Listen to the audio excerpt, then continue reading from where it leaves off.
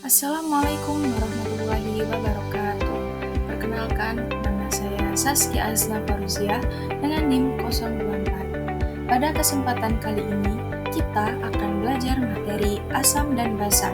Video ini dibuat agar dapat mengenali dan memahami sifat zat asam dan basa yang sering kita temui di sekitar kita. Pertama, mari kita pahami dulu pengertian asam dan basa. Secara sederhana, asam adalah zat yang menghasilkan ion hidrogen dalam air atau H+. Sementara itu, basa adalah zat yang menghasilkan ion hidroksida ketika dilarutkan dalam air atau OH-. Contohnya, cuka dan jeruk termasuk zat asam karena menghasilkan ion H+, sedangkan sabun dan air kapur termasuk basa karena menghasilkan ion OH-. Jadi, perbedaan utama antara asam dan basa terletak pada jenis ion yang dihasilkan dalam air. Nah, sekarang kita lihat ciri-ciri zat asam. Zat asam umumnya memiliki rasa masam, seperti pada jeruk, cuka, atau minuman bersoda. Jika diuji dengan kertas lakmus, asam akan mengubah lakmus biru menjadi merah. Nilai pH zat asam selalu kurang dari 7.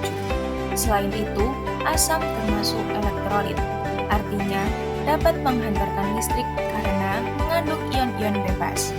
Semakin kecil nilai pH suatu larutan, semakin kuat sifat keasamannya. Misalnya, asam lambung memiliki pH sekitar 1 hingga 2, yang berarti sangat kuat. Sekarang, kita beralih ke ciri-ciri zat basa. Zat basa biasanya terasa pahit dan licin di kulit, seperti sabun atau deterjen. Jika diuji dengan kertas lakmus, zat basa akan mengubah lakmus merah menjadi biru. Nilai pH-nya lebih dari 7. Dan sama seperti asam, basa juga dapat menghantarkan listrik. Contohnya, air kapur, sabun, dan amonia. Ingat ya, semakin besar nilai pH suatu zat, maka semakin kuat sifat kebasaannya. Selain asam dan basa, ada juga zat yang bersifat netral. Zat netral tidak bersifat asam maupun basa dan memiliki pH tepat di 7. Zat ini tidak mengubah warna kertas lakmus merah maupun biru. Contoh zat netral yang paling mudah ditemukan adalah air murni. Dalam kehidupan, zat netral penting untuk menjaga keseimbangan antara asam dan basa, terutama dalam tubuh manusia dan lingkungan. Untuk mengenali apakah suatu zat bersifat asam, basa, atau netral, kita menggunakan indikator. Indikator adalah zat yang menunjukkan perubahan warna ketika bereaksi dengan asam atau basa. Ada 2 jenis indikator. Yang pertama yaitu indikator buatan, seperti kertas lakmus, metil merah, dan phenolphthalein. Yang kedua, indikator alami, yang bisa kita buat sendiri dari bahan di sekitar, seperti kol ungu, bunga sepatu, atau kunyit. Misalnya, ekstrak kol ungu akan berubah warna menjadi merah jika bercampur dengan asam, dan menjadi hijau atau biru jika bercampur dengan basa. Nah, untuk mengetahui tingkat keasaman atau kebasaan suatu zat, kita bisa menggunakan skala pH. Bayangkan angka dari 0 hingga 14. Zat dengan pH antara 0 hingga 6 bersifat asam. Semakin kecil angkanya, berarti semakin kuat keasamannya.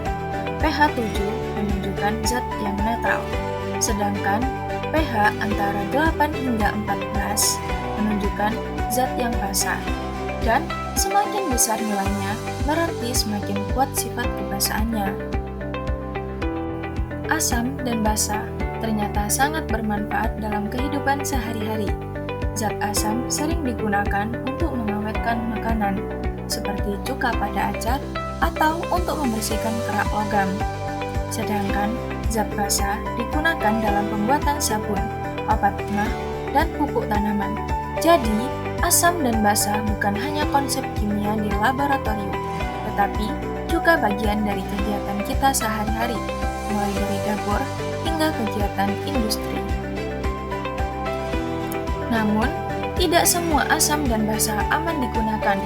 Beberapa jenis asam kuat seperti asam klorida atau HCl, serta basa kuat seperti natrium hidroksida atau NaOH bersifat korosif.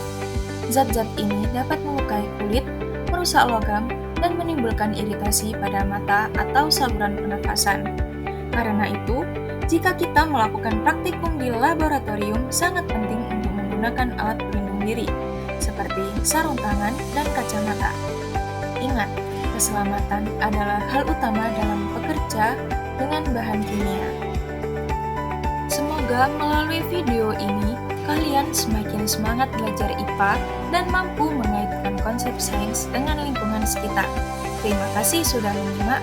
Sampai jumpa di pembelajaran berikutnya. Wassalamualaikum warahmatullahi wabarakatuh.